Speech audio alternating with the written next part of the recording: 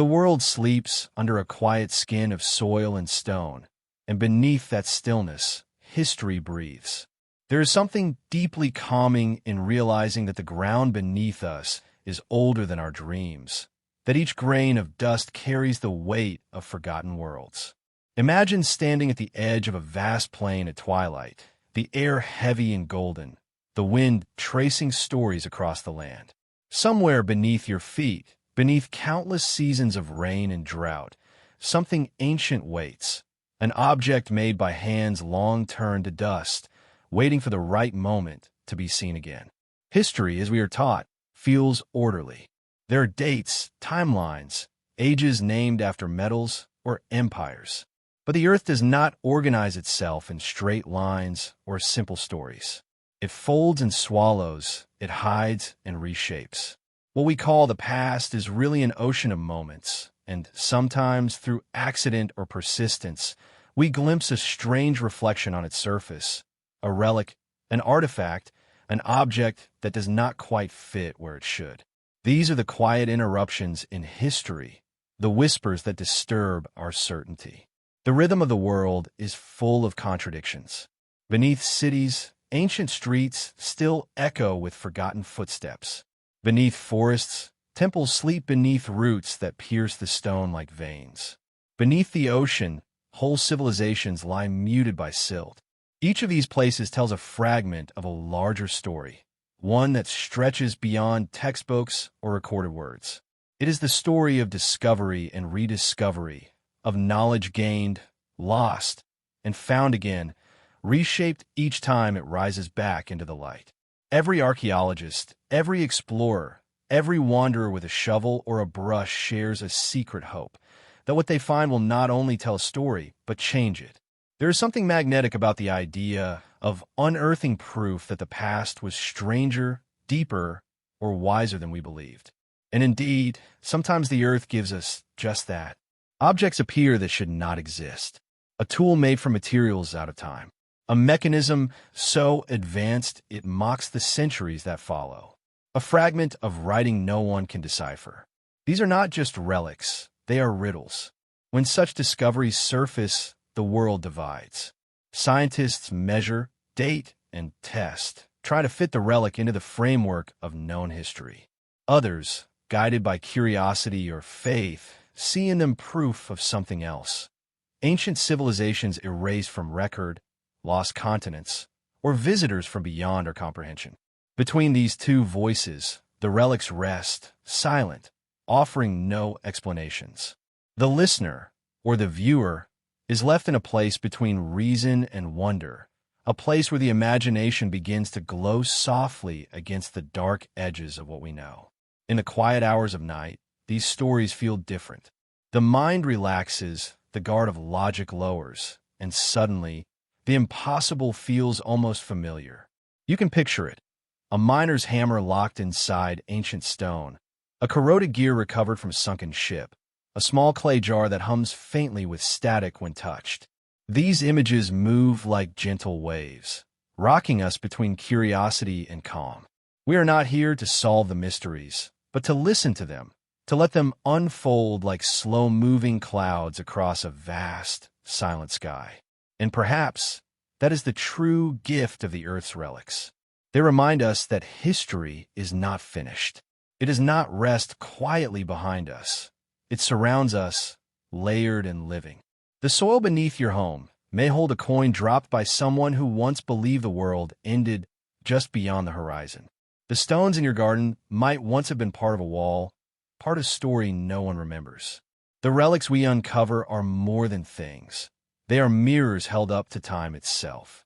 They ask us, gently, to reconsider who we are and how much we have forgotten.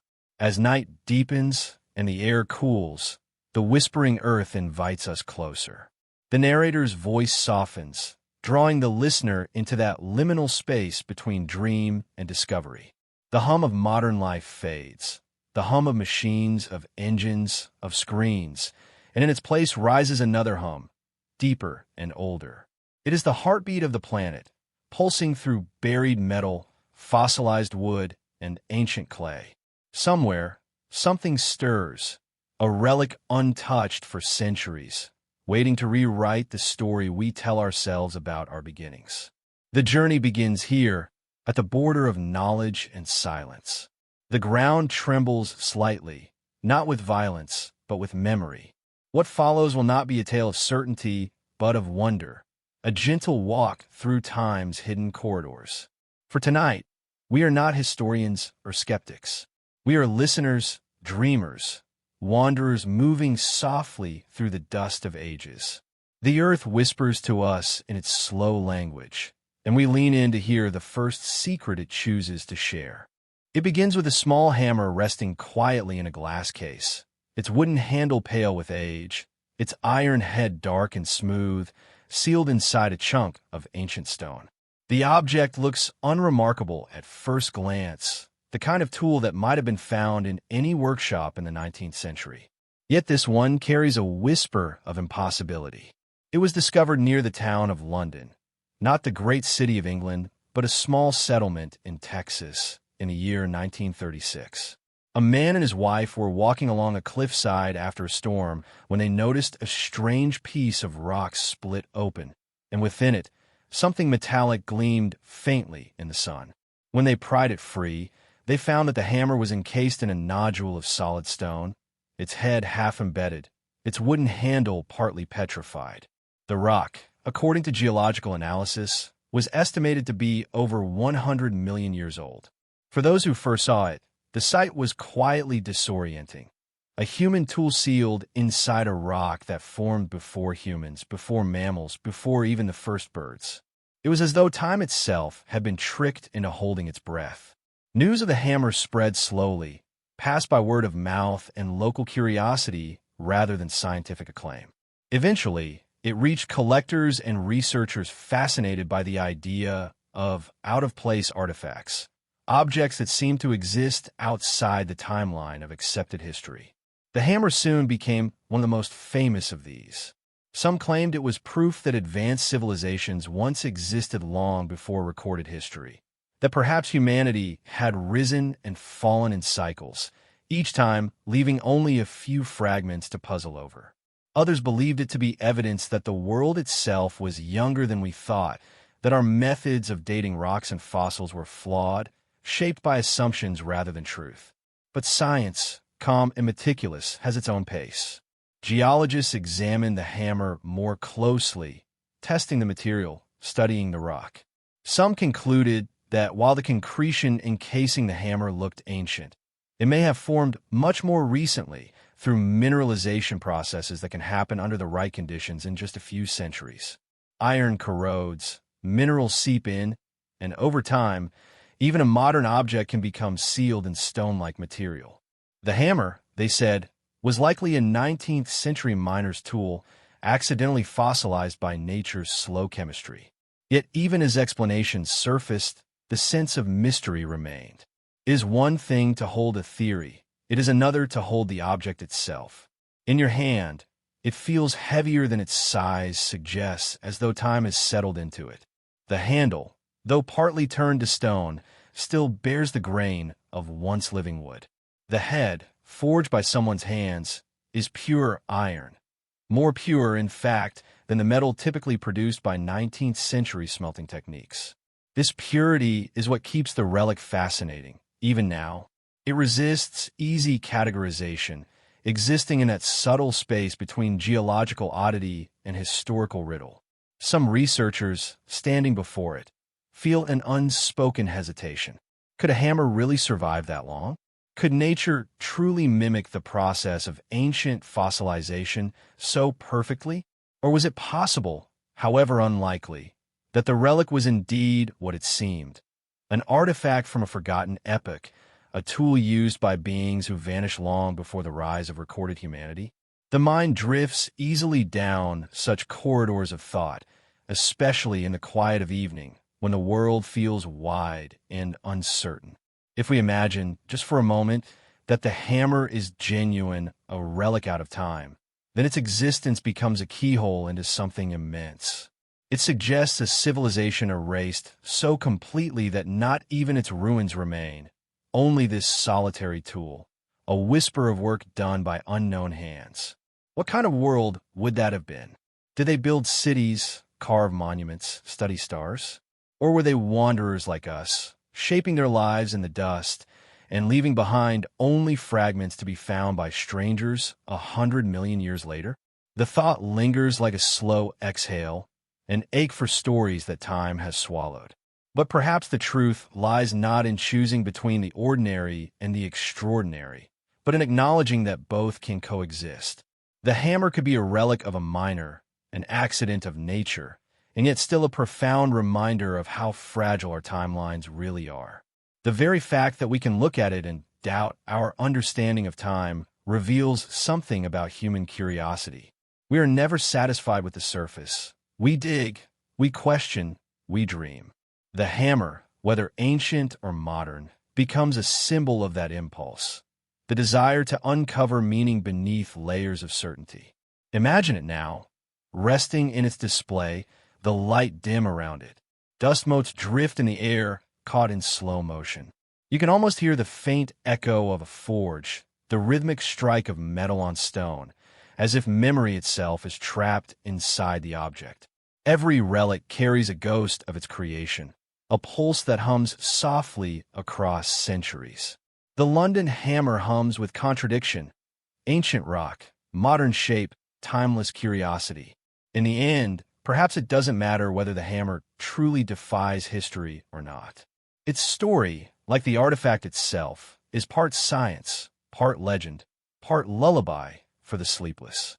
It reminds us that even the most mundane of tools can become a mystery when seen through the lens of time. Beneath the quiet rhythm of the earth, countless other objects wait, hidden, sealed, patient. And as the soil shifts and rain erodes, one day another impossible thing will surface, waiting to unsettle the calm certainty of our timelines. The London hammer rests, unmoving, but its presence ripples outward, connecting the hands that made it, the eyes that found it, and the minds that now ponder it. From this single, silent object begins a pattern, a trail of relics that seem to whisper the same message, that history, no matter how neatly written, is never truly complete, is always waiting to be rewritten, one unearthed fragment at a time. The story of the Antikythera mechanism begins beneath a restless sea, where sunlight filters down through blue water and touches a silent graveyard of shipwrecks.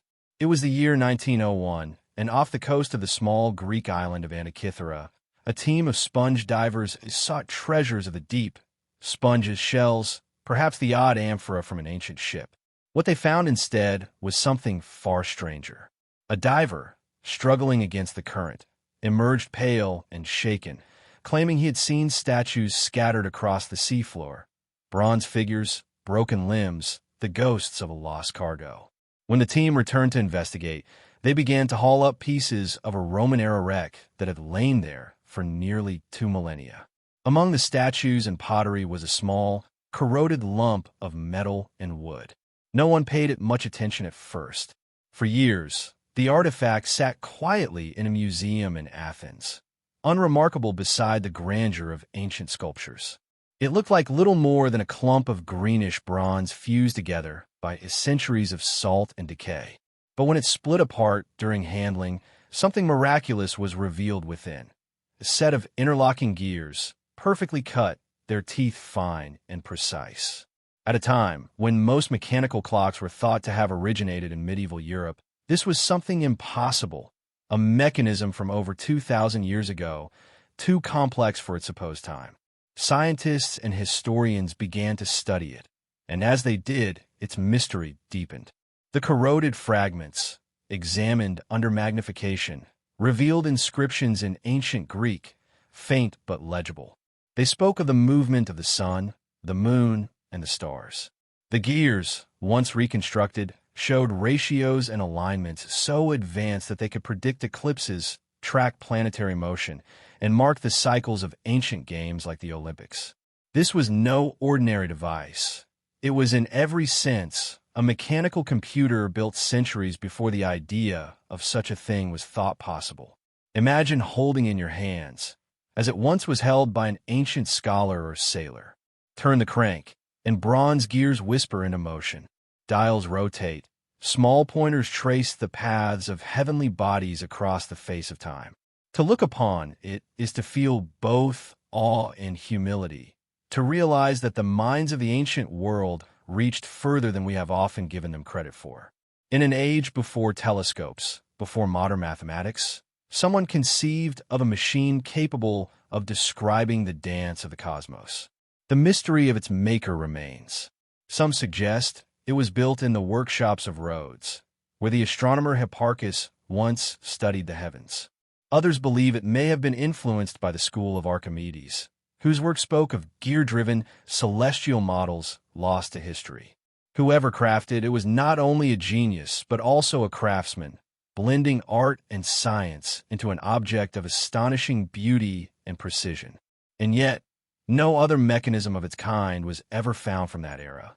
The knowledge that created it seems to have appeared briefly, burned bright, and then vanished into the dark centuries that followed. This disappearance is one of the most haunting aspects of the Antikythera story. How could a civilization capable of such sophistication forget it? Did war, fire, or the slow erosion of time simply bury the knowledge? Or was it guarded, secret, known only to a few who took its understanding to their graves? Each theory feels possible, each shadowed by the quiet truth that human progress is not always linear. History, like the sea, advances and retreats. Great insights can be born, lost, and rediscovered centuries apart, as if memory itself moves in tides. Modern researchers have tried to recreate the mechanism using X-ray imaging and 3D reconstruction. The results are mesmerizing. Dozens of tiny gears, each carefully positioned to represent celestial cycles, with inscriptions that read almost like poetry. The sun, in its path, meets the moon. It is as if the device was meant not only to calculate, but to remind its user of their place in the vast clockwork of existence. To the ancient Greeks, the cosmos was not cold or mechanical. It was divine order expressed through movement and number. The mechanism, in that light, becomes something more than a tool. It becomes a bridge between science and spirituality, a relic of harmony between reason and wonder. And yet, even now, we do not fully understand it. Every attempt to decode its function reveals new layers of complexity. Some gears appear to correspond to planets, others to lunar cycles that require astonishing precision.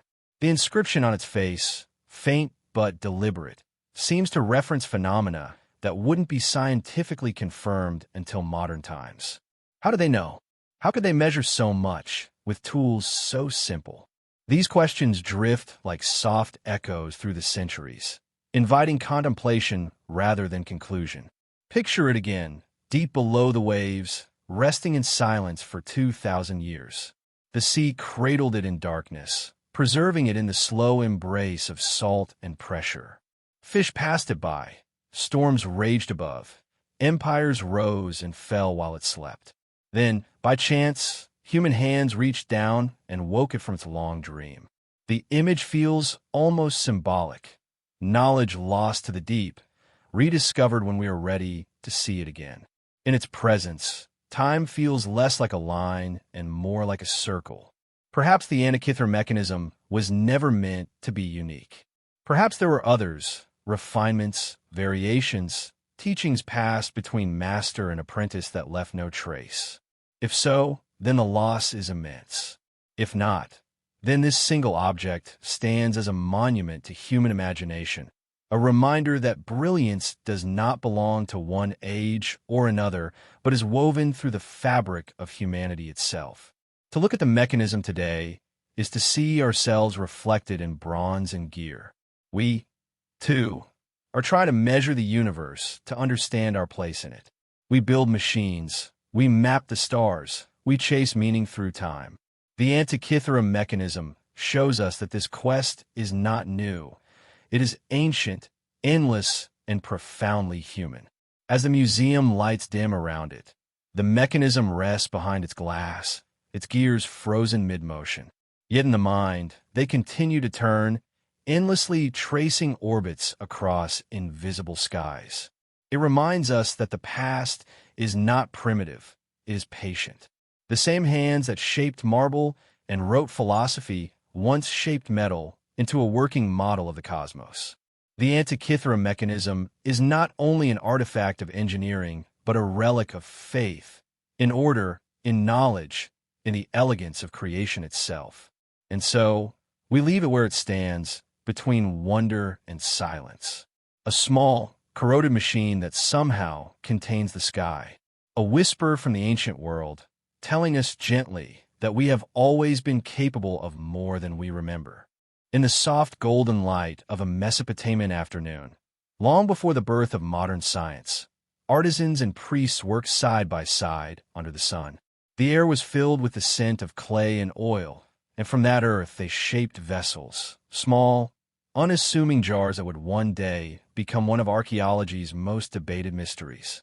When these jars were first uncovered near Baghdad in the 1930s, no one could have imagined the quiet storm they would create. They appeared ordinary at first, terracotta containers with narrow necks and sealed tops.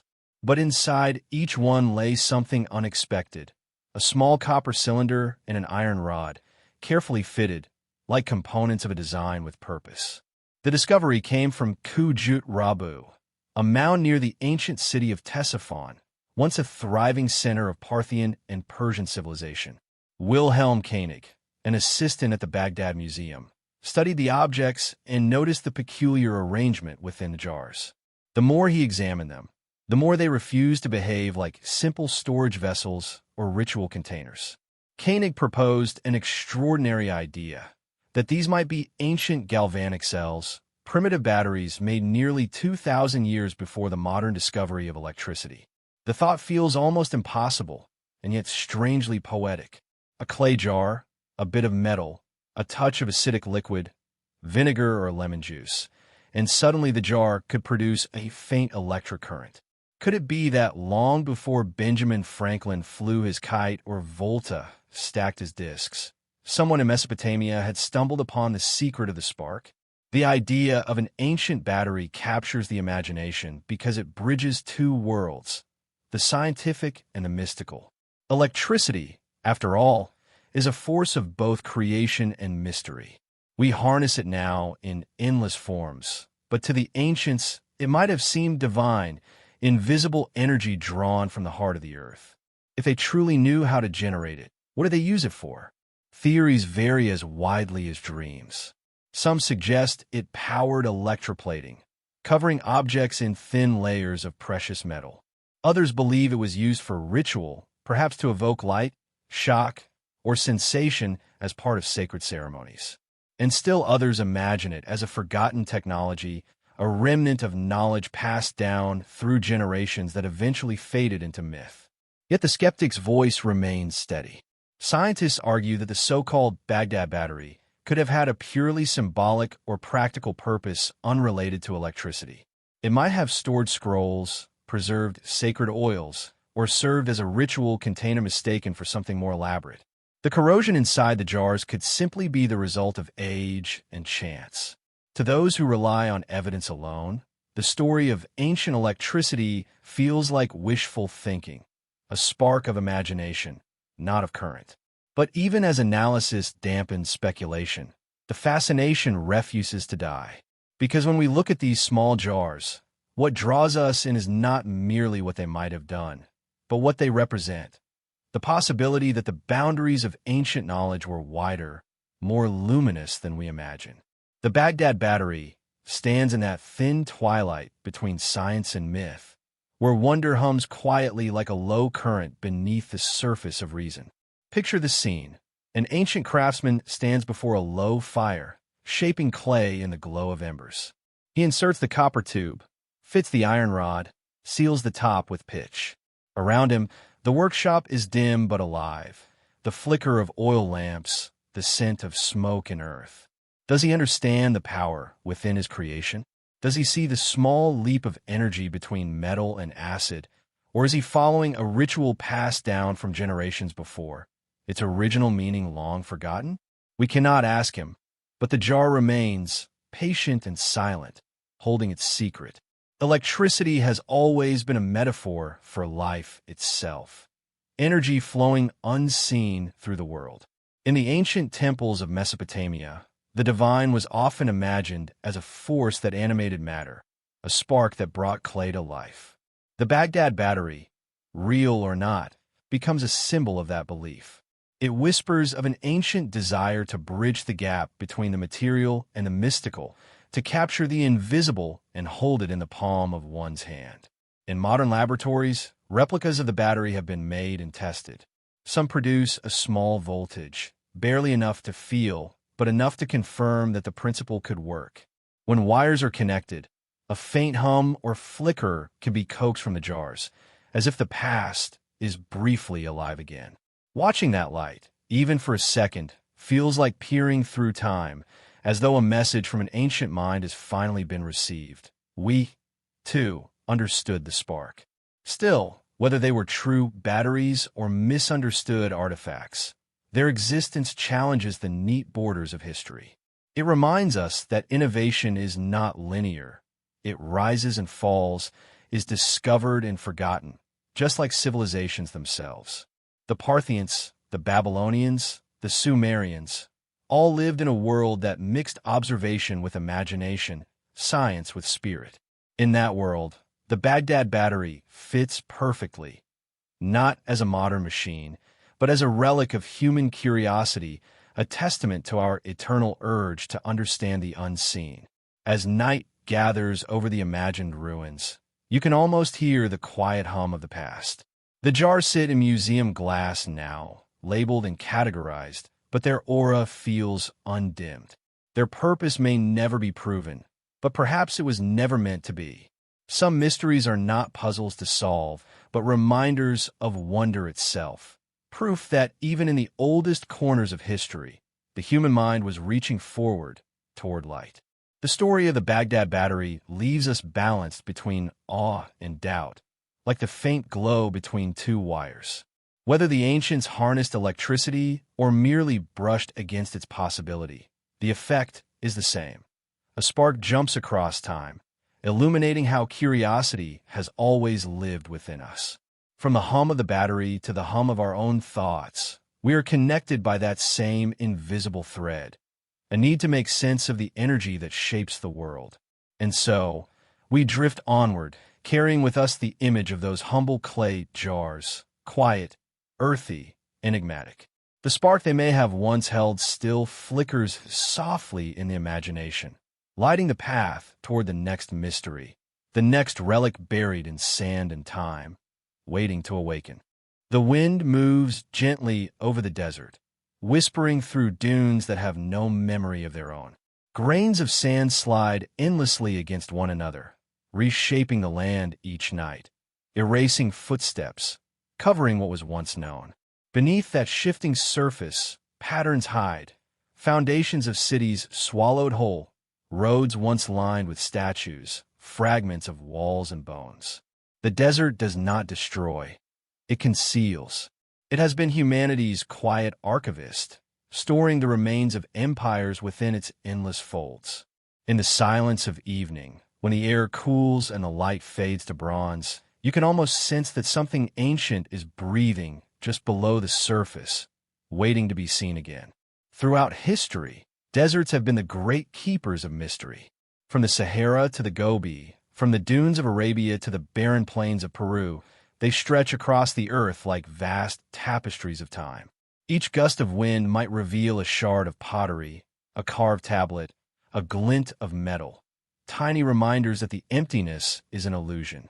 The sands remember everything. They move slowly, like the rhythm of the planet's own heartbeat, covering and uncovering civilizations in a cycle that never ends. For centuries, explorers crossed these wastelands searching for cities spoken of only in myth. There was Ubar, the Atlantis of the sands, said to have been destroyed by a divine storm. There were the lost caravans of Egypt, swallowed by dunes that shifted overnight. And there were the buried temples of Sudan, whose golden tops once caught the sun before being entombed in dust. Each story carries the same haunting echo. The earth hides what it once revealed, not out of malice, but out of patience. What is lost in one age may rise again in another. Today, satellites drift quietly above the planet, their eyes more powerful than those of any explorer.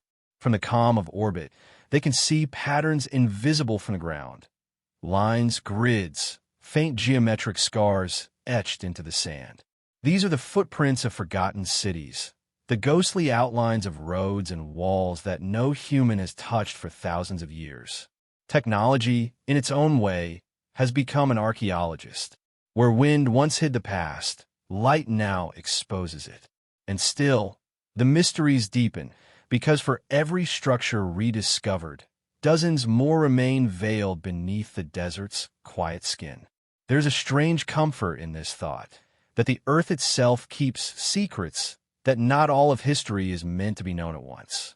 The desert does not rush to reveal its treasures. It waits for the right eyes, the right moment, the right alignment of curiosity and chance. Beneath the sand, time folds in layers, kingdoms upon kingdoms, stories upon stories. To walk across a desert is to walk across the roofs of buried worlds, and the silence beneath your feet is heavy with memory.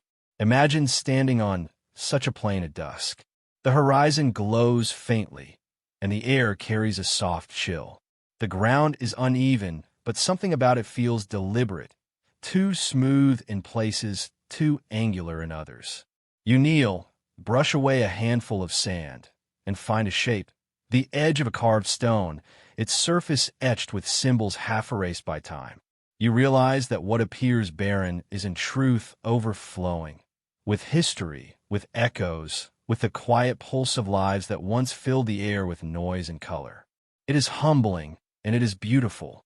The patterns beneath the sand are not confined to deserts alone.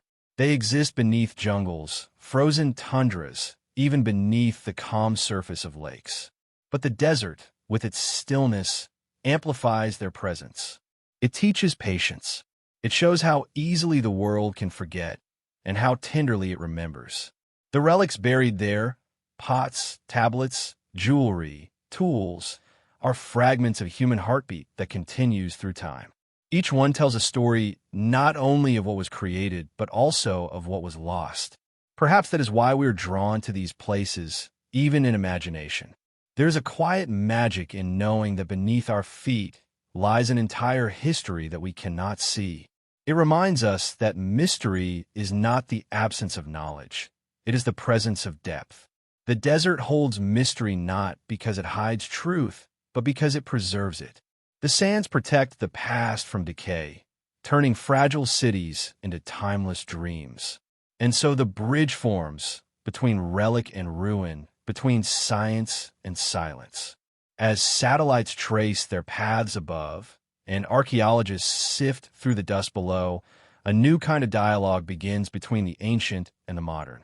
The hum of machines in space mirrors the whisper of wind across the dunes.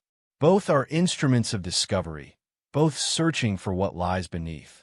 Each faint outline found from orbit is a reminder that the Earth is layered with memory, and that we, too, are part of its unfolding story.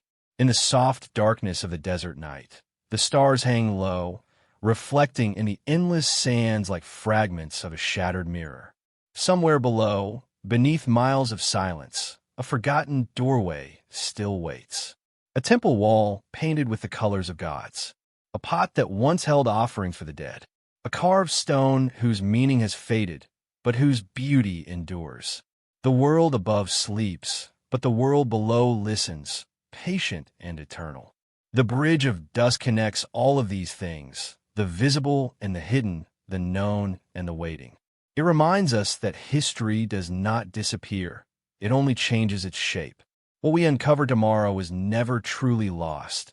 It was only dreaming beneath the sand. The desert exhales softly, as if to say that even in stillness, the past is alive. And as we continue to search, we do not just rediscover the relics of ancient people. We rediscover ourselves, reflected quietly in the vast, enduring silence of the earth. In an age of exploration and conquest, when maps were more art than science and the edges of the world still bled into myth, a piece of parchment was unfurled in the heart of the Ottoman Empire that would one day confound historians. It was the year 1513. The sea captain and cartographer Pyri Reis, a man of both intellect and adventure, presented to the Sultan a map unlike any other, an intricate chart of the known world drawn on gazelle skin, alive with color, symbols, and coastlines that should not have existed. This was not merely a navigator's tool. It was a riddle in ink and time. The map depicted the western coasts of Europe and Africa with impressive accuracy for its time, but it was what appeared far to the south that caught later generations by surprise. There, rendered in careful detail, was a landmass that modern viewers recognized instantly: Antarctica. Yet the continent, unknown to European explorers until 3 centuries later, appeared not as we see it today, buried beneath ice, but as a detailed coastline, clear and seemingly ice-free. How could a 16th-century sailor have drawn such a thing? Pyri Reis himself left behind a note written neatly along the edges of the parchment. He explained that his map was compiled from older sources, charts that had come into his possession from long-forgotten libraries and ancient voyages. Some of these, he claimed, dated back to the time of Alexander the Great. He spoke of knowledge passed from civilization to civilization, preserved across centuries through fragments, copies, and oral traditions. The implication was extraordinary, that the map was not the product of his own discovery, but a mosaic of memory stretching deep into antiquity. When a map was rediscovered in 1929, rolled and forgotten in the archives of Topkapi Palace in Istanbul, it immediately drew the attention of scholars and dreamers alike. Its accuracy, particularly along the coast of South America, astonished geographers. Features that had not yet been fully mapped, even by modern explorers, were sketched there, as though the cartographer had seen them firsthand or possessed access to a knowledge far older than his own era. But it was the outline of Antarctica that drew the greatest fascination and the greatest controversy. Scientists noted that the map appeared to show Antarctica's coastline without the vast ice sheet that now covers it, suggesting a depiction of the continent as it might have been thousands of years ago. How could such a representation exist? Had ancient mariners once sailed around the southern pole before it froze? Had they mapped the Earth with a precision we only regained in modern times? Or could the resemblance be coincidence, a trick of interpretation, a human tendency to find pattern in chaos? Each possibility carries its own allure. If the Pyri Reis map truly reflects knowledge from some lost civilization, it would mean our understanding of history is incomplete. The human exploration and mapping began far earlier and with greater sophistication than we have ever believed. The very notion awakens something ancient in the imagination. The vision of forgotten sailors navigating the edges of a warmer, greener world, their records passed like whispers across generations until only fragments remained. But there are other voices, quieter and more measured, that offer alternative explanations. They remind us that maps of the 16th century often combined real observation with myth, rumor, and creative interpretation. The resemblance to Antarctica, they suggest, could be the result of miscopied coastlines, South America distorted and stretched too far south, or speculative guesses about lands that might exist beyond the horizon. To these historians, the Pyri Reis map is not evidence of an ancient lost science, but a reflection of how imagination and knowledge coexisted in the minds of Renaissance explorers. Still, the mystery refuses to fade. The longer one studies the delicate lines and careful lettering, the harder it becomes to dismiss the sense that something more is hidden there. The map's composition, its blending of Arabic and Latin influences, its references to long-lost charts, all suggest that it stands at a crossroads of memory, a surviving echo of the ancient world's greatest mapmakers. Perhaps the truth lies somewhere between reason and wonder, that fragments of old knowledge survive through forgotten routes, carried by sailors, traders, and scholars who themselves never knew their origins. To look upon the Pyri Reis map is to feel the same awe as those who first gazed at it centuries ago. The parchment seems alive under the light, its faded colors breathing with the weight of oceans and continents. The faint scent of age lingers, like the dust of forgotten rooms in distant libraries. You can trace the curved lines of coastlines with your eyes and almost hear the creak of ships, the sound of waves, the murmur of navigators marking stars against the sky. The map becomes not just an object, but a portal, an invitation to wander into history's uncharted waters. In the quiet hours of study, when speculation gives way to contemplation, the Pyre Reese map feels like something more than a cartographic puzzle. It feels like a memory of the Earth itself, an image drawn not only by human hands, but by time and tide. The possibility that ancient eyes once surveyed the world so completely is both humbling and exhilarating. It suggests that the past is not a dim and primitive place, but a landscape filled with intellect, curiosity, and light, qualities that never truly vanish, only change their form. And so the mystery endures, unhurried, much like the slow turning of the planet it depicts. Whether the coastline at the bottom of the map belongs to a forgotten age or to the imagination of a visionary sailor, it continues to whisper across centuries, reminding us how fragile the line is between discovery and remembrance. The map rests now behind glass in quiet reverence, but its meaning drifts far beyond the museum walls. For every line inked on its surface, there is an echo of a voyage, a hand steadying against wind and wave, a mind daring to imagine the edges of the world. And somewhere in that blend of knowledge and mystery lies the most enduring truth of all, that human curiosity has always been our oldest compass, guiding us across seas both real and unseen. The sea holds more than life. It holds memory. Beneath the blue calm of the Mediterranean, in waters that shimmer like glass, lie the bones of ships and civilizations. Among them rests a relic that has puzzled the world for over a century. A corroded mass of bronze and gears dredged from the depths near the Greek island of Antikythera. At first glance, it appeared nothing more than debris, a ruin among ruins. But when light struck its intricate gears, something extraordinary was revealed. A machine of impossible precision, forged in an age when the world was thought to turn by divine will alone. The year was 1901. Sponge divers, returning from a routine expedition, discovered the wreck of an ancient Roman ship near Antikythera. Among statues, pottery, and coins, they found what seemed to be a lump of rock encrusted with corroded metal.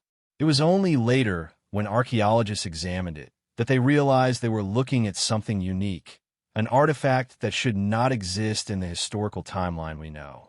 Inside that corroded shell lay a complex assembly of gears, wheels, and inscriptions so finely crafted that even modern watchmakers would have admired the workmanship. This relic, now known as the Antikythera mechanism, has been called the world's first computer. Constructed more than 2,000 years ago, it could predict the motions of the sun, moon, and planets. It tracked lunar phases, solar eclipses, and even the timing of the ancient Olympic Games. Turning one crank could make the entire system move in harmony, displaying the clockwork rhythm of the cosmos itself. It was a machine of knowledge, a bridge between the mechanical and the divine. What is most haunting about the Antikythera mechanism is not only its existence, but its loneliness. There is no other known device like it from its time. No records describe its creation, no manuals explain its design. It appears suddenly in the archaeological record, and then disappears, as if it were the last surviving memory of a forgotten lineage of science and craftsmanship. The Greeks we know from history were philosophers, mathematicians, and architects, yet the existence of this machine suggests something deeper, a mechanical understanding of the universe that rivaled the inventions of the modern world. Historians and engineers have spent decades trying to unlock its secrets. With X-rays and 3D scans, researchers have reconstructed its inner workings, revealing dozens of interlocking gears cut with uncanny accuracy. Some gears even accounted for the irregular motion of the moon, reflecting the subtle complexities of celestial mechanics. The inscriptions etched on its surfaces spoke of cycles, calendars, and orbits, a language of precision and foresight that should have been centuries ahead of its time. How, then, could such knowledge have existed in the 1st century BCE? One theory suggests that the device was part of a tradition lost to time, a heritage of mechanical genius nurtured in the workshops of Alexandria or Rhodes. Perhaps there were others, crafted by hands as skilled, but destroyed by war or swallowed by the sea. Another theory, more daring, whispers that the Antikythera mechanism was a survivor from a forgotten civilization, one whose understanding of the cosmos far exceeded what we can trace through conventional history. The idea stirs both wonder and unease, hinting that our timeline may be less complete than we believe. There is, however, another kind of mystery here, one that transcends history and science. To imagine a craftsman of ancient Greece, bent over his workbench with tools of bronze and wood, shaping delicate teeth into metal wheels, is to glimpse the timeless human desire to understand the universe. It is a gesture of beauty, of intellect, of faith in order and pattern. Whether he knew it or not, that craftsman was building more than a machine. He was building a message to the future, that curiosity itself is eternal, that the human mind has always reached toward the stars. When a mechanism was first reconstructed, the gears turned once again after 2 millennia of silence. Slowly, the bronze wheels began to rotate, marking time as they once did in the hands of their maker. For a moment, it was as if the ancient world stirred awake, whispering through the grinding metal. The motion of the gears felt like breath, a mechanical echo of life. It is difficult not to imagine the wonder of those who first saw it in motion, realizing that something so old could still think, could still calculate, could still mirror the heavens. Some researchers have compared its precision to the later works of Renaissance clockmakers. Yet the Antikythera mechanism predates them by more than 1,000 years. Its existence challenges the linear story we often tell about progress. That knowledge moves only forward, that the past was a place of simplicity and ignorance. This single artifact suggests that the cycles of understanding may, like the gears it contains, move in circles, turning, pausing, and turning again through the ages. Even as technology has advanced, the mechanism continues to humble those who study it. In its corroded silence lies a lesson about time itself, that knowledge can be lost as easily as it is gained, and that brilliance is no guarantee of memory. The ship that carried it sank into the sea, but perhaps others like it were destroyed by fire, by conquest, or simply by forgetting. What we know today may be only a small fragment of what humanity once knew. In the deep quiet of the museum where it now rests, the Antikythera mechanism sits behind glass like a heart preserved in amber. Visitors lean close, tracing the lines of its corroded face, unaware that beneath those layers of bronze lies a story older than most empires. The air around it feels charged, as if time itself bends slightly in its presence. Each dent, each gear, each faded inscription is a whisper from an age that refuses to die completely. And so, in the gentle darkness of the night, as the sea outside continues its eternal motion, the thought lingers. Somewhere, long ago, hands built a machine to model the heavens. They sought to make sense of the cosmos, to find rhythm in chaos, to hold the infinite in the palm of the human mind. The relic remains, a bronze memory of brilliance, and in its stillness, it continues to turn, slowly, invisibly, in the imagination of all who dare to listen. Far to the east, where mountains rise like the bones of ancient gods and the earth folds upon itself in endless layers, there are caves that hold more than stone. They hold silence, color, and memory.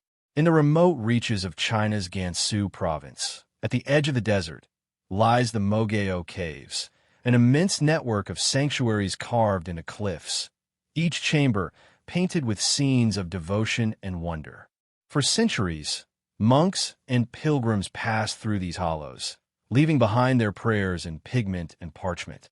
And for centuries more, the desert kept them hidden, preserving their voices beneath the dry, unchanging air. It was the year 1900 when a Taoist monk named Wang Yuanlu stumbled upon a sealed doorway deep within the cliffs.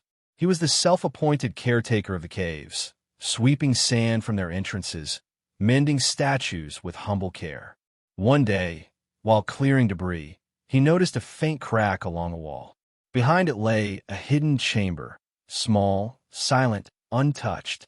When he pried it open, the air that escaped smelled faintly of dust and age, as if the room had not breathed in 1,000 years. Inside were stacks upon stacks of scrolls, paintings, and manuscripts, tens of thousands of them, piled with careful reverence. The discovery would come to be known as the Library Cave of Dunhuang. It contained over 40,000 documents, preserved like sleeping voices waiting to be read again. There were sutras written in Chinese, Tibetan, Sanskrit, and languages long forgotten. There were drawings of celestial beings and maps of realms, both earthly and spiritual. There were records of trade, medicine, astronomy, even music. Each scroll, each fragment, was a window into a world that once flourished along the Silk Road, a meeting place of ideas where East and West intertwined like threads in a tapestry. Historians still debate why the cave was sealed. Some say it was a simple act of preservation, a monk's attempt to safeguard sacred texts during a time of chaos. Others whisper of more mysterious reasons, that the chamber was sealed as part of a ritual, or that the scrolls were hidden to protect knowledge too powerful, too precious, or too dangerous to remain exposed. Whatever the truth, the cave remained untouched for nearly 900 years, its entrance forgotten beneath sand and silence.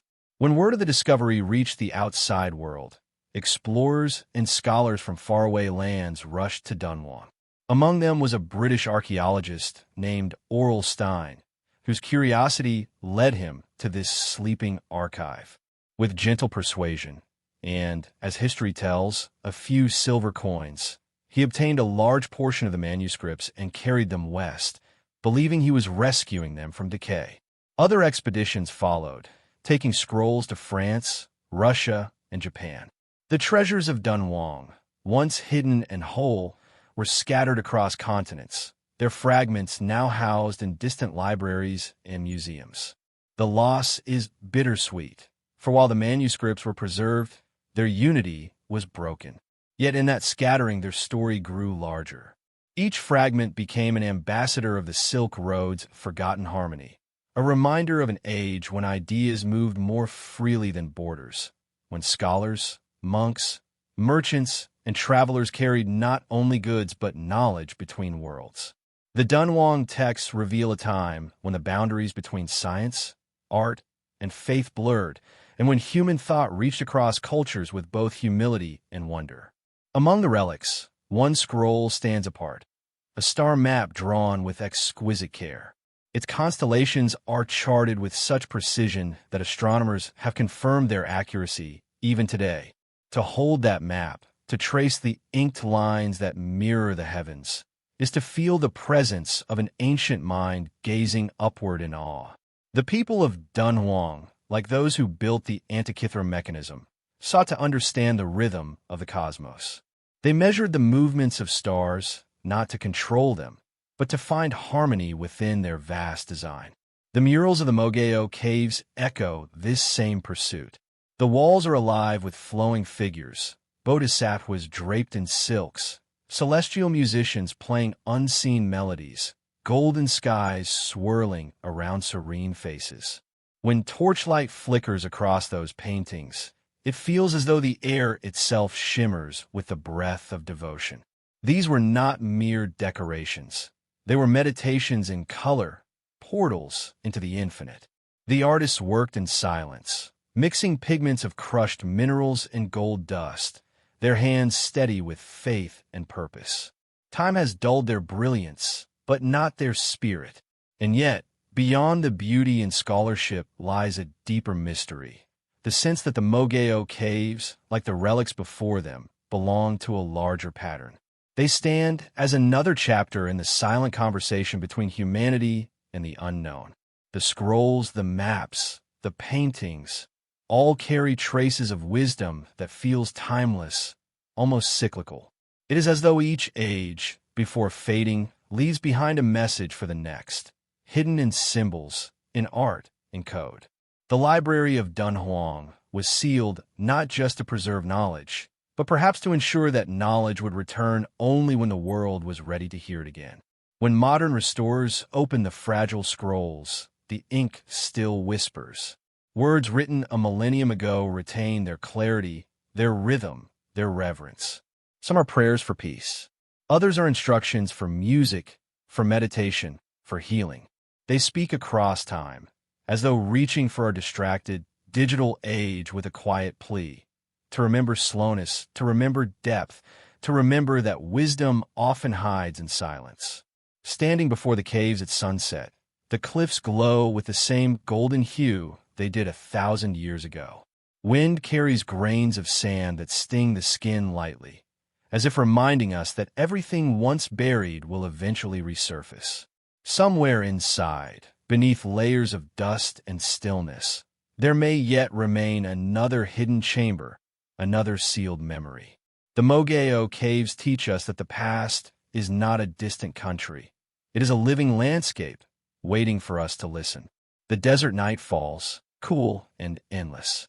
Stars emerge above the dark horizon, the same stars drawn on the ancient maps within the caves. They shimmer softly, their light unchanged, as if watching over the relics of those who once studied them. The story of Dunhuang is not merely a story of discovery. It is a meditation on continuity, how knowledge, even when buried, finds its way back to light. The earth forgets, the earth remembers, and in between those two acts of creation, humanity continues to seek its reflection in the dust. In the far reaches of South America, where the wind hums across empty plains and the horizon stretches without end, lies a land etched with lines so vast they can only be seen from the sky. The Nazca Desert of Peru is a place of silence and geometry, where the earth itself seems to speak in symbols.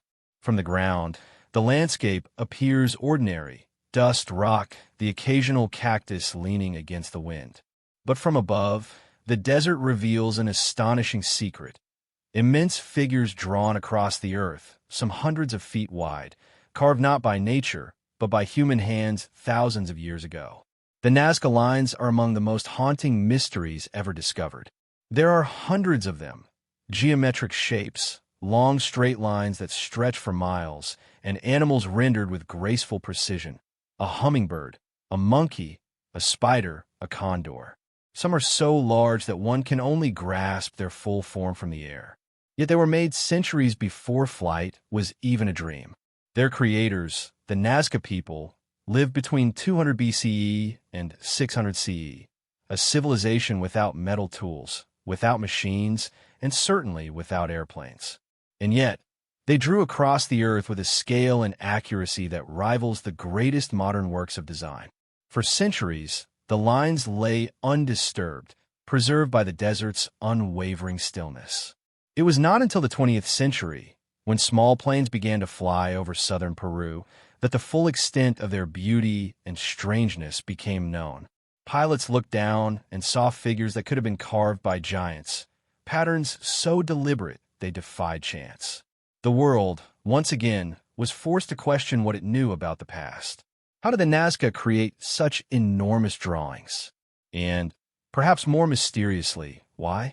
The desert offers no answers, only silence and the occasional gust of dry wind. Some scholars believe the lines were ritual pathways, walked by priests in ceremonies devoted to water, fertility, or the gods of the sky.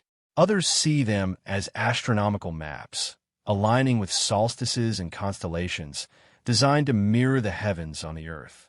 There are even theories that suggest they were meant to be seen by deities above, vast messages written to the sky itself. To create these massive figures, the Nazca people removed the dark, oxidized stones from the desert surface, exposing the lighter soil beneath. The simplicity of the method makes their precision even more astonishing. Without aerial perspective, without any tools for measurement beyond what could be carried by hand, they produced figures whose proportions remain almost perfectly consistent. It was an act of art and devotion so grand that it transcended practicality. It was a language of the soul written across miles of sand. When archaeologists walk among the lines today, they feel both awe and fragility. The desert is harsh but protective. The lack of rain and wind has preserved these drawings for over 1,000 years. Yet one misplaced step can damage them forever. Visitors must view them from above now, from observation towers or aircraft, to keep the earth untouched. From the sky, the lines reveal their hidden order. The hummingbird spreads its wings as though in flight. The monkey curls its spiral tail. The hands reach outward, their fingers stretched in eternal gesture. These are not random creations. They're deliberate expressions of faith, art, and cosmic understanding. Some researchers have suggested that the lines were part of a vast system of sacred geography, a network of symbols connecting shrines, rivers, and mountains.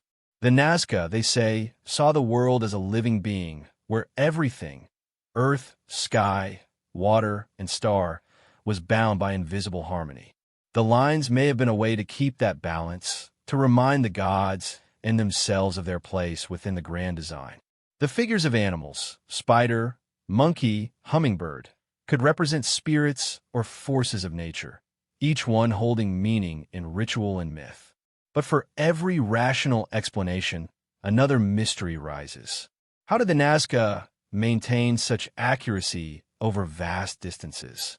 Did they use simple surveying tools, stakes, ropes, and sight lines? Or did they possess some deeper understanding of geometry, of perspective, of the land's curvature?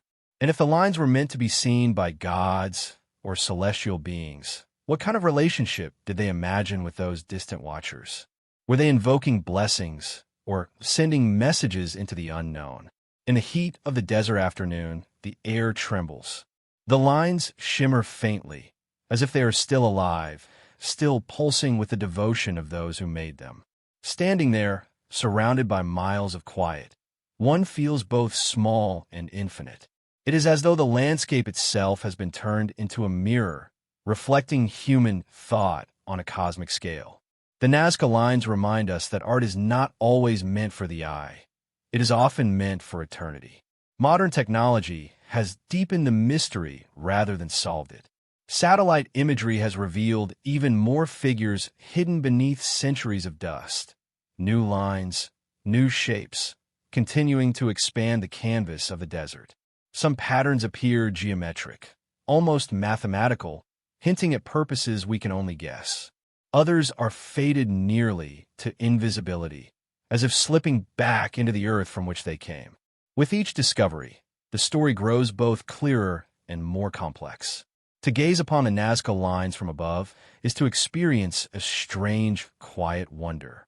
The landscape transforms into a vast, open manuscript, written in a language that no longer exists. The desert, eternal and patient, holds these markings like secrets pressed into its skin. Time moves slowly here.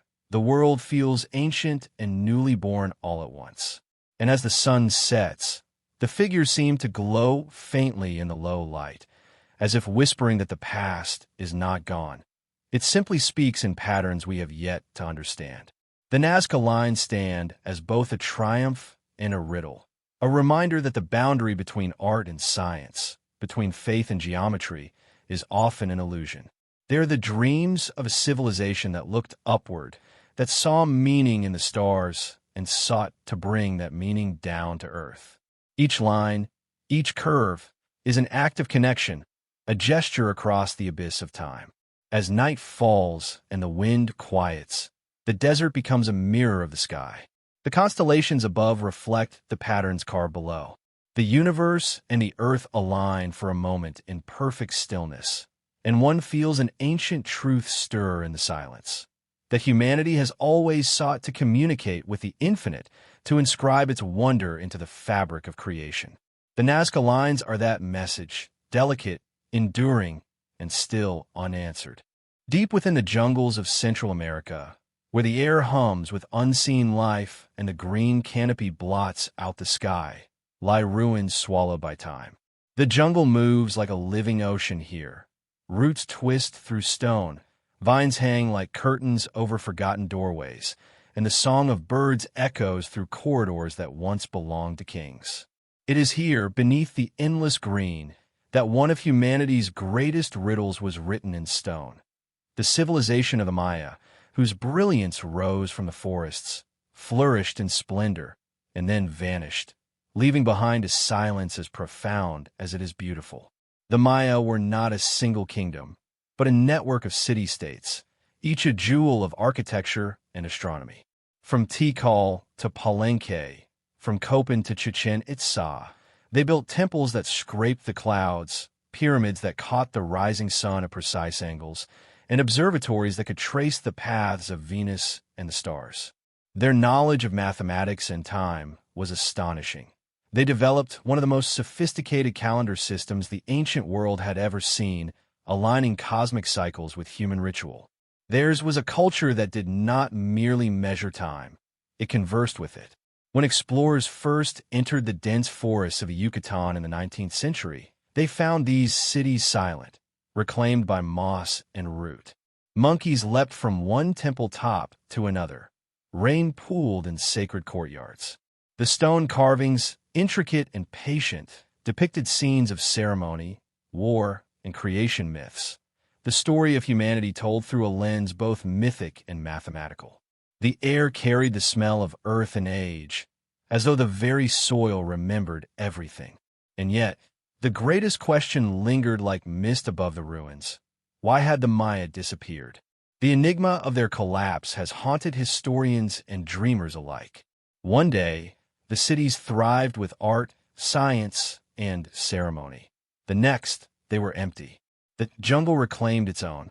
Theories abound: drought, famine, internal conflict, disease, the exhaustion of the soil, or even cosmic prophecy. But none fully satisfy. It is as though the Maya simply stepped sideways out of history, leaving behind only the architecture of their genius. Some say the civilization did not vanish at all, but transformed, its descendants living quietly in the modern world, their heritage woven into the fabric of today. Yet the grandeur of the cities that fell to silence still feels like the echo of something vast and unfinished. Among the most haunting relics of the Maya are their inscriptions, glyphs carved into stone, complex and flowing, each one an art form and an equation at once. For centuries, these symbols resisted understanding. Scholars looked upon them as mere decoration, unable to decipher the code. But slowly, piece by piece, the language revealed itself. The glyphs spoke of kings and astronomers, of wars and alliances, of offerings made to gods who governed both rain and time. And beyond all the politics and devotion, they spoke of a civilization profoundly aware of its place in the cosmos. The Maya saw time not as a straight line, but as a cycle, infinite and eternal. Their long count calendar measured epochs stretching over thousands of years, mapping cosmic events and ages that would rise and fall like the breath of the universe. To them, creation was not a single act, but a rhythm that echoed through the heavens. This worldview shaped their cities. The temples of Chichen Itza, for example, aligned so precisely with the solstices that during the equinox, sunlight forms the illusion of a serpent descending its steps. In that brief moment of perfect balance between day and night, the ancient city seems to come alive again, its builders whispering through the geometry of light. The story of the Maya is a story of connection between human and cosmos, between earth and sky. They tracked celestial events with accuracy rivaling that of modern astronomy. They built pyramids that doubled as observatories and rituals that synchronized with the movements of planets. They understood that the heavens were not far away. They were mirrored in the cycles of rain, harvest, and breath. To the Maya, knowledge itself was sacred, not as power, but as participation in the harmony of creation. And yet, Even such brilliance could not shield them from the vulnerability of existence. The collapse of their cities is a reminder that all human achievement, no matter how radiant, is bound to the same laws of nature. The droughts that scorched the Yucatan were relentless. The soil eroded, rivers dried, and the delicate balance between human ambition and the environment tipped toward silence. The Maya, whose lives revolved around the predictability of celestial order, may have faced a chaos that defied even their understanding, a collapse not of knowledge, but of equilibrium. Still, there's an undeniable poetry in what remains. To walk among the ruins of Tikal at dawn is to step between worlds. Mist drifts through the temples, birds call from the canopy, and the first rays of sun touch the tops of the pyramids in the same way they did over 1,000 years ago. You can almost feel the presence of those who built them. The stonecutters, the astronomers, the poets, each one adding their mark to a civilization that still whispers through the jungle. The glyphs, though carved in silence, seem alive when the light moves across them. Perhaps the mystery of the Maya is not meant to be solved. Perhaps their disappearance was not a vanishing, but a return to the earth, to the cycles they revered. They may have understood something we have forgotten, that civilizations like stars are born, shine, and fade, only to be reborn in another form. The jungle, with its quiet persistence, has merely folded them back into its green embrace, keeping their memories safe in roots and stone. The modern world still listens for their voice. Archaeologists continue to unearth new cities, new temples hidden beneath centuries of foliage. LiDAR technology, light that pierces the canopy, has revealed vast networks of roads, terraces, and fortifications, suggesting that the Maya civilization was even more extensive than once believed. Each discovery adds another note to the grand symphony of their story, proving that what we call disappearance might only be transformation. As night falls over the jungle, the ruins glow faintly in the starlight. The same constellations that guided the Maya still hang above, unchanged. The forest hums softly, alive with unseen life, and the stones exhale the cool breath of centuries. The silence here is not empty. It is full, dense with memory and mystery. The Maya may have vanished from their cities, but their presence lingers in the rhythm of the earth, in the cycles of the moon, in the quiet persistence of knowledge that refuses to die. In the stillness, you can almost hear it, the heartbeat of time, slow and patient, echoing through temples of stone and leaves. The story of the Maya reminds us that what we call the past is not gone. It is simply sleeping, waiting for us to listen. The jungle watches, the stars turn, and the ancient world continues to dream beneath the canopy. High in the rugged cliffs of western Turkey, where the Aegean winds carry the scent of pine and salt, there stand the hollowed faces of mountains.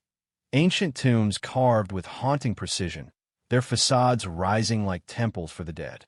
The stone glows gold at sunset, and from a distance, the carvings look almost alive, windows to another world, framed by columns and shadows. These are the rock-cut tombs of Lycia, a civilization that once thrived along the Mediterranean coast, and whose legacy remains carved into the living stone. Here, in silence and light, the ancient world seems to watch itself fade. The Lycians were a mysterious people. They lived between the sea and the mountains, traders and sailors who wove their own language and customs from the cultures that surrounded them.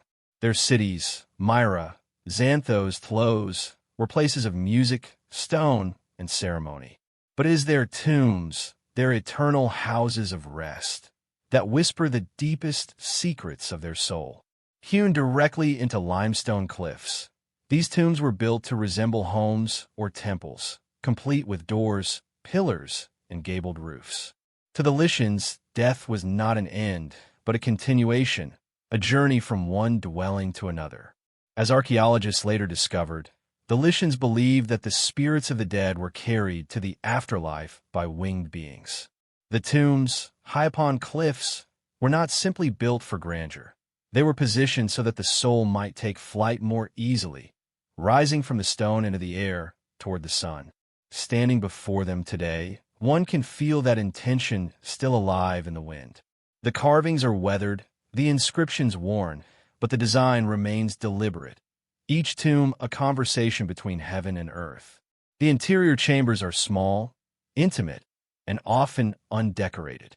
Yet the effort to reach them, to climb the steep, uneven rock, reminds visitors that these were not places meant for the living. They were sacred thresholds built for eternity. Some tombs still bear faint traces of paint, reminders that once they were bright with color, reds, blues, and golds reflecting the glory of the departed. Time has stripped away the pigments, but not the reverence.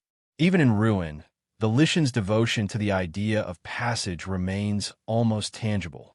When the first explorers rediscovered these tombs, they were overcome not by the wealth of artifacts, but by the serenity of their setting. The tombs look out over valleys and rivers, facing the morning light. There is a sense of purpose in every line of their construction, a harmony between architecture and landscape. The Lycians, it seems, understood something essential, that memory, to endure, must be placed within the rhythm of the world. The cliffs, carved by hand, became their scripture, the wind, their hymn. As the centuries passed, the Lycians themselves vanished into the folds of history.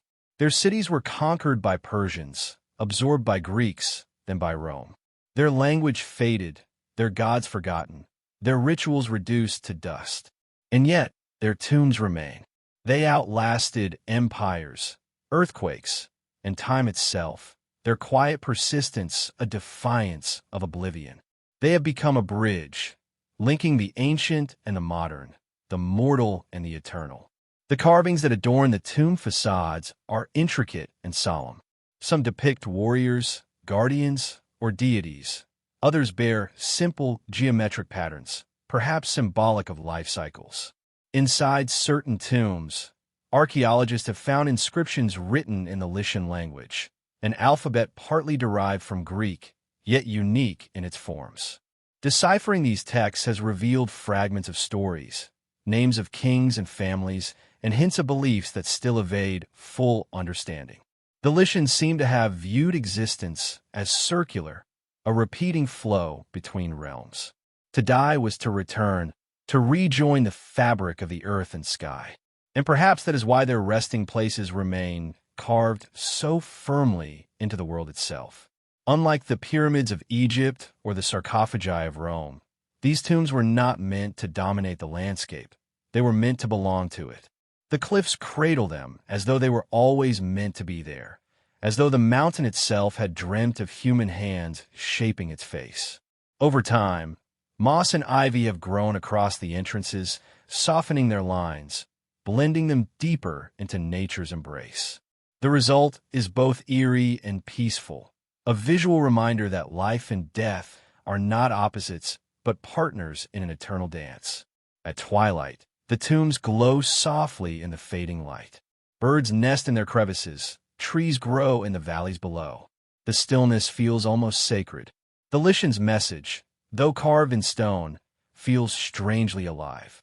It tells of a people who sought beauty even in mortality, who faced the mystery of death not with fear, but with artistry. Their monuments were not built to mourn. They were built to celebrate the continuity of existence, to ensure that those who passed would remain part of the world's eternal breath. There's one tomb among them that stands apart, the tomb of Amyntas, carved into the cliffside of Phethi. Its columns rise like the front of a Greek temple, perfectly symmetrical, its doorway tall enough for a giant. Inside, the chamber is bare, except for a single stone couch where the body once lay. The simplicity is profound. No gold, no jewels, no offerings, only space, air, and light. To stand inside, it is to feel suspended between two worlds, between memory and silence. The absence of decoration feels deliberate, as if the true treasure meant to be preserved there was not material, but spiritual, the moment of transformation itself. The wind that moves through the tombs carries the sound of the sea far below. The same breeze that once filled Lycian sails now drifts across the faces of their cliffs. It is easy to imagine the ancient funerals that once took place here, torches flickering, chants rising into the night, the mountains echoing with song. The souls, according to their faith, would then take flight, ascending from the stone to join the unseen sky. The world, even in death, remained bound by connection. And perhaps this is the quiet lesson the Lycians left behind, that eternity is not a place beyond life, but within it. The mountains that hold their tombs are still breathing. The carvings, though eroded, still hold form. The dead are not gone. They have simply become part of the stone, part of the wind, part of the endless rhythm that moves through all things. When night falls over the Lycian coast, stars scatter above the cliffs, and the tombs seem to glow faintly in the starlight, as though the mountains themselves are remembering. The voices of the past are not loud. They whisper softly, carried by the same wind that shaped the land. To stand before them that hour is to feel what the Lycians must have believed so deeply, that death is not silence, but a change of tone in the song of the world. In the frozen vastness of Siberia, where the horizon stretches into white infinity and the air itself seems older than memory, there lies a mystery that blurs the boundaries between legend and reality. Beneath layers of ice and time, fragments of an ancient world sleep, bones, tools, and shapes that do not belong to this age. When explorers first uncovered these relics, they found not only the remains of mammoths and prehistoric hunters, but something stranger still. Structures made of bone and ivory, circles and spirals rising from the permafrost. They are known as the mammoth bone houses, silent echoes of a world so distant it feels almost mythical. These structures, scattered across the plains of Eastern Europe and Siberia, are among the oldest known examples of human architecture, built some 20,000 years ago during the last ice age. Their builders were not farmers or city dwellers, but hunter-gatherers, people who lived in a world of endless snow and hunger, where survival depended on ingenuity and reverence for the natural world.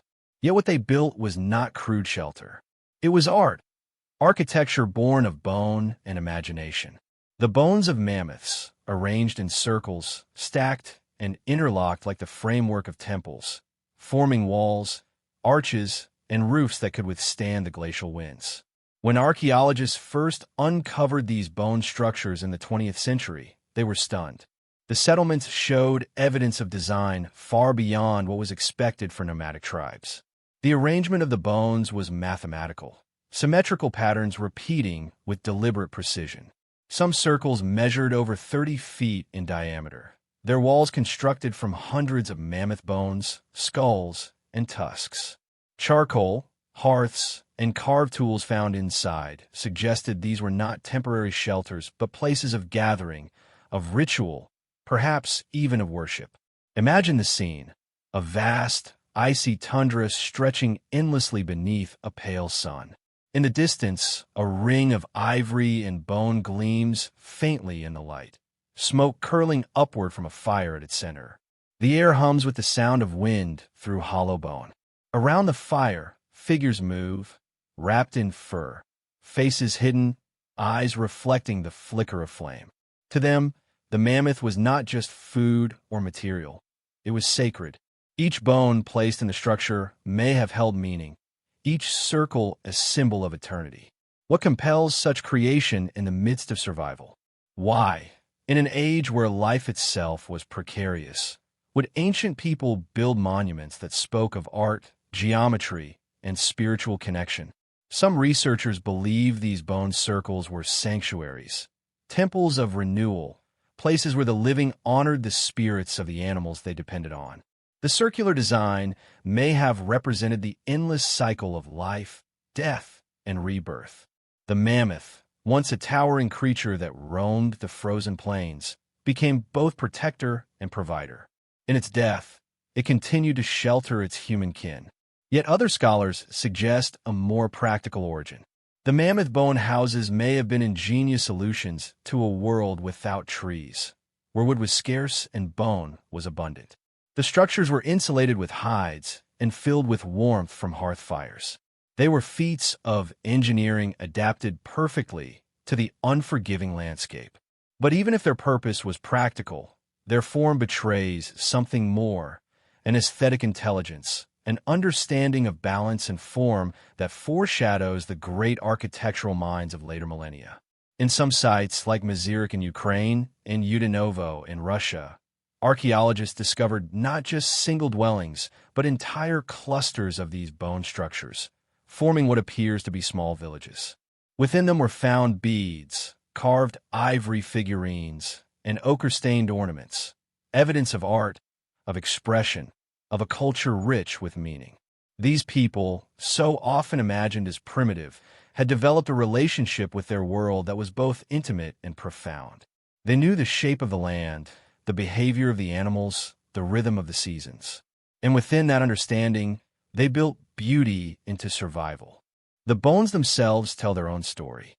Each skull, each tusk, bears marks of human touch, scrapes from tools, cuts that suggest intentional shaping. Some bones were arranged into spiral patterns, others aligned toward the setting sun. Perhaps the builders marked solstices, perhaps they watched the stars, or perhaps the pattern was simply instinctual, a reflection of the natural symmetry they saw in the world around them. To create art in such conditions was to defy extinction, to assert that life could be more than endurance. It could be meaning.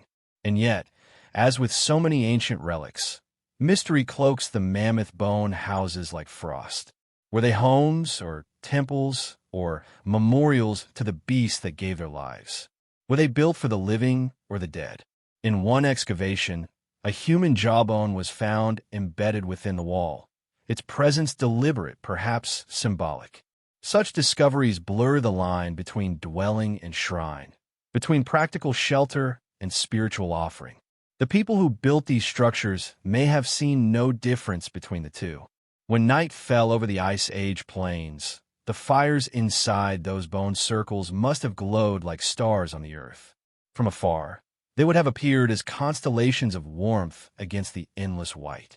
In those flames, flickering against ivory walls, shadows danced, the living and the spirits together, sharing the space between breath and memory.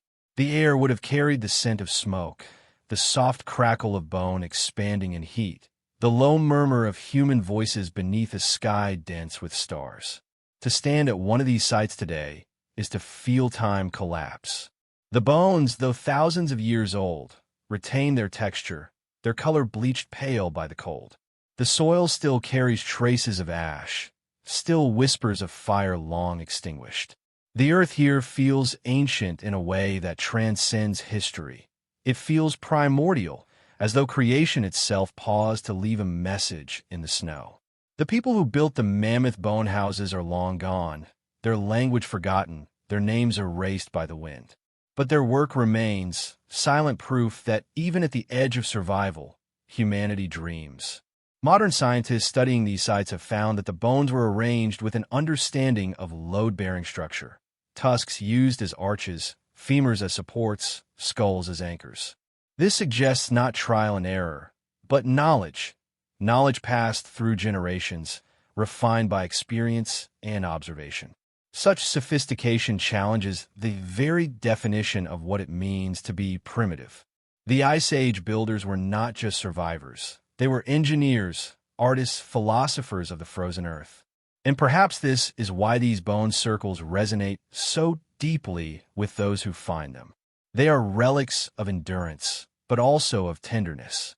Each piece of ivory, once a living creature's strength, now carries the memory of both the hunter and the hunted. The structures are collaborations between species, between human will and animal sacrifice. In that sense, they are more than shelters. They're symbols of coexistence, reminders of an ancient understanding that life is sustained not by domination, but by balance. As the sun sinks low over the tundra and the light turns silver, the mammoth bones gleam faintly beneath the frost. The wind whispers through their hollow curves, carrying a sound like the echo of breath. There, in the silence of a world long vanished, The bones seem to remember. The fires, the voices, the songs of those who once built warmth into the cold. And as the stars rise, the circles of bone lie beneath them like mirrors of the constellations above, connecting the ancient earth to the infinite sky. They remind us that the human story did not begin with cities or empires. It began with the urge to create meaning from the materials of the world, to build beauty even from death, to turn the bones of the past into structures of hope.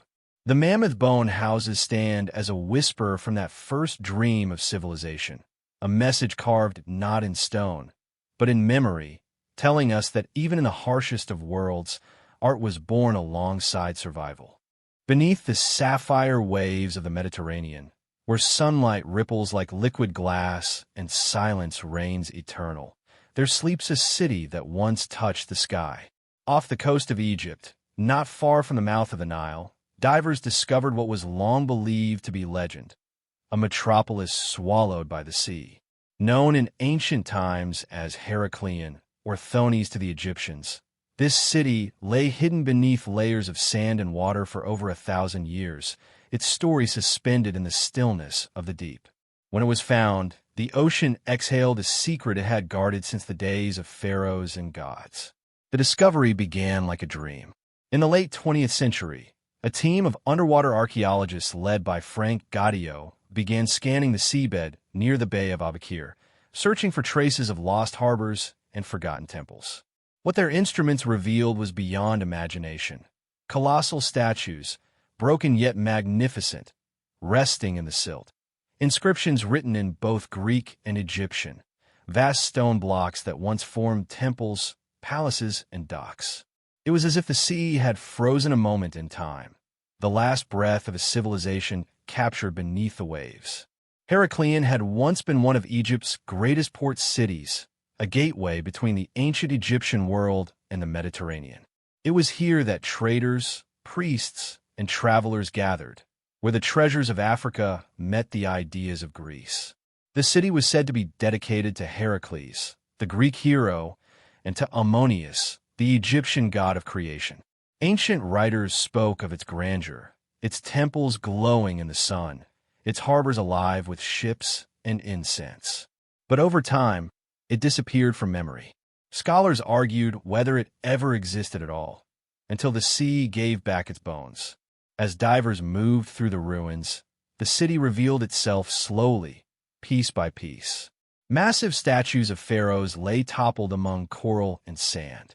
A red granite slab, inscribed with royal decrees, emerged like a message sent through centuries.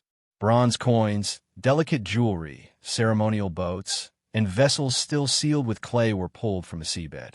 Each object seemed to breathe again in the light, its surfaces shimmering beneath the currents. The city that had vanished in a myth was real, and it was beautiful. But how did such a mighty place vanish? The answer lies in the fragile balance between land and water. Heracleon was built on the unstable delta of the Nile, where the ground is soft and shifting. Over centuries, the weight of its buildings, combined with rising sea levels and earthquakes, caused the earth beneath it to sink. One day, the waters simply rose and did not recede. The city drowned, its people fleeing inland, their voices fading into history. The sea, patient and possessive, covered the ruins like a shroud. What remains beneath the surface today is astonishing in its preservation.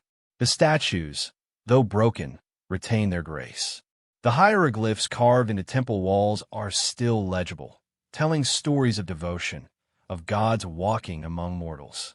The wooden ships, protected by silt, remain intact enough to reveal their design. Curved hulls, ropes, and anchors preserved as if awaiting their sailors' return. The sea, though merciless, can also be gentle in its forgetting. It kept Heracleon safe from time's decay, hidden but whole. To dive among the ruins is to drift between two worlds, the ancient and the eternal. Rays of light fall through the water like the fingers of forgotten gods, touching columns and statues with trembling reverence. Fish glide through doorways that once opened into grand halls. The seaweed sways gently over inscriptions that once praised the sun. In the quiet, the line between myth and memory dissolves. It is easy to imagine that somewhere, beneath another layer of silt, an altar still holds offerings to Ammonius, untouched since the last prayer was whispered. The relics found in Heracleon tell a story not only of a lost city, but of connection, a moment in history when cultures intertwined. Greek traders brought their language, their art, and their gods. Egyptians offered their temples, their myths, and their understanding of the divine. The city became a reflection of both worlds, a mirror of cooperation and exchange. The fusion of Greek and Egyptian belief systems in Heracleon paved the way for later Hellenistic culture, where gods shared identities and empires shared ideas. In this way, Heracleon was not just a city. It was a bridge, a place where the boundaries of culture and faith dissolved into something new. Yet even in its death, the city continues to speak. The silt preserved fragments of papyrus, pottery marked with trade seals, and small offerings left by hands that have long turned to dust. One statue, now displayed in a museum, depicts a serene goddess rising from the waves, her expression calm, eternal. She seems to embody the city itself, dignified in its fall, peaceful in its submersion. The sea may have claimed Heracleon, but it also gave it immortality. Some believe the city's disappearance inspired later tales of Atlantis, a great civilization swallowed by the sea, lost in a single day and night of misfortune. Whether that is true or not, the parallels are undeniable. A place of wealth, faith, and power erased in an instant, leaving only legend behind. Heracleon reminds us that the line between myth and memory is often drawn in water, that what we call legend may simply be history drowned. Modern researchers continue to explore the site, mapping its ruins with sonar and light. Each dive uncovers new artifacts, amulets shaped like sacred animals, fragments of temples, coins bearing the faces of forgotten rulers. The city stretches farther than anyone first imagined, a labyrinth of streets and sanctuaries now filled with sea life. It is as though the ancient world has become part of the ocean's heartbeat, pulsing quietly in the depths. When the divers surface, the horizon glows gold, and the waves seem to whisper the city's name. The sea that took Heracleon now guards it, holding its memory within an eternal embrace. The ruins rest beneath a shifting mirror of blue, unreachable yet visible in imagination. The sun, sinking into the water, turns the sea into molten light, perhaps the same view the city's last inhabitants saw before the waves closed above them. Heracleon's story is a reflection of humanity itself, our brilliance, our fragility, and our endless dance with nature's power. We build, we worship, we thrive, and sometimes we vanish. Yet in that vanishing, something remains, a trace, a whisper, a memory preserved by the very forces that seem to destroy it. The city beneath the sea is not lost. It is transformed, reborn in the stillness of the deep. At night, when the moonlight spills over the waves, the surface shimmers as though something beneath it still moves. Perhaps it is the light playing tricks, or perhaps it is the echo of the city itself, the memory of bells, of voices calling across the harbor, of fires burning on temple altars. The ocean keeps its secrets well, but every ripple, every glimmer, feels like a breath from the past. Heracleon is no longer a myth. It is a reminder that the past never truly disappears. It simply waits, patient and silent, beneath the surface, dreaming in the dark. High atop the windswept cliffs of southern England, where waves crash relentlessly against jagged rocks and gulls wheel through the mist, there stands a structure both enigmatic and ancient, Stonehenge. Its monolithic stones rise like frozen echoes of some forgotten chant, casting long shadows in the soft twilight. For centuries, scholars, poets, and dreamers have gazed upon this circle of stone and felt the pull of a mystery that refuses to yield. How was it built? Why here? What purpose did it serve? The questions linger like the fog across the Salisbury Plain, and each answer seems only to deepen the wonder. Stonehenge is more than a monument. It is a testament to human vision and determination. Constructed over several phases beginning around 3100 BCE, it was shaped by a people without metal tools, without wheels, yet with remarkable ingenuity. The stones themselves are enormous, some weighing upwards of 25 tons, transported from quarries as far as 150 miles away. How these Neolithic builders moved and arranged such colossal monoliths remains one of the enduring enigmas of archaeology. Every placement, every alignment seems purposeful, reflecting a knowledge of geometry and celestial observation that continues to baffle researchers. The purpose of Stonehenge has been debated for centuries, and perhaps its meaning is deliberately elusive. Some see it as an astronomical observatory, its stones aligning with solstices and equinoxes, marking the passage of the sun and the rhythm of the seasons. Others suggest it was a sacred site of ritual, a place where the living communed with the spirits of ancestors, a space for ceremonies of birth, death, and renewal. Archaeological finds around the monument, burial mounds, ceremonial pits, and remnants of feasting, suggest that it was a center of both life and afterlife, a nexus where humanity sought to touch the eternal. Walking among the stones today, one senses the weight of countless generations who came here before. The air is thick with the ghosts of footsteps, of chants, of firelight flickering across rough-hewn surfaces. Moss and lichen cover the monoliths, softening their edges, yet their presence is imposing, almost alive. The horizon opens in all directions, the plains stretching endlessly, emphasizing the isolation and significance of the site. It is a place out of time, a liminal space where the earth meets the sky and human intention meets natural endurance. Stonehenge also tells a story of persistence and collaboration. Moving the stones required more than strength. It demanded coordination, innovation, and shared vision. Wooden sledges, ropes, and earthen ramps may have been employed, along with careful planning and communal effort. Each stone, positioned precisely in relation to the others, forms a geometry of intention. The circle itself is a symbol of eternity, unity, and cosmic balance. The builders, though anonymous, left behind a language carved not in words, but in stone, a message for those willing to read it across millennia. Beyond its construction, the monument carries layers of cultural resonance. Stonehenge was used for thousands of years, its significance evolving as societies rose and fell. Bronze Age communities added and altered features, while medieval chroniclers wove legends of giants and Merlin into its history. In every era, Stonehenge retained a sense of awe, a feeling that it belongs to something larger than any single civilization.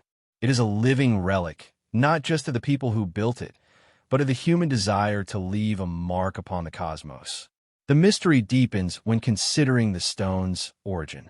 The smaller blue stones, some weighing up to 4 tons, were transported from the Preseli Hills in Wales, nearly 150 miles away. How did prehistoric people move these stones over rivers, valleys, and hills without modern tools? Some theories suggest a combination of sledges, rollers, and water transport. Others hint at lost techniques we may never fully understand. The effort required is staggering, a testament to the importance of Stonehenge to its builders. It was not a casual endeavor. It was a labor of devotion, a statement of connection between people, place, and cosmos. And yet, for all the study, for all the measurement and speculation, Stonehenge continues to resist definitive explanation. Its silence is part of its power. It invites reflection, imagination, and wonder. Scholars can track the movement of shadows across its stones, the cycles of sun and moon, the remnants of rituals, but the heart of its purpose remains elusive. Perhaps that was always the point, that the monument exists not just as a record, but as an invitation, a question carved in stone and posed to eternity. In the quiet hours of dawn or dusk, when the plain is bathed in soft light and the wind whispers through the stones, it is easy to imagine the ceremonies that once took place here. Fires flickered at the circle's center, drums beat in rhythm with heartbeats, chants rose in harmony with the wind. People danced, sang, and observed, standing in awe beneath the massive monoliths. The energy of those moments, though long past, seems to linger in the air, a quiet resonance that bridges thousands of years. Stonehenge, like the other relics we have explored, exists at the intersection of the known and the unknowable. It reminds us that human beings have always sought to understand their place in the universe, to align themselves with forces larger than themselves. The monument is geometry and devotion, engineering and ritual, earth and sky, all in one. It asks questions that have no final answers, leaving observers suspended in the delicate tension between comprehension and mystery.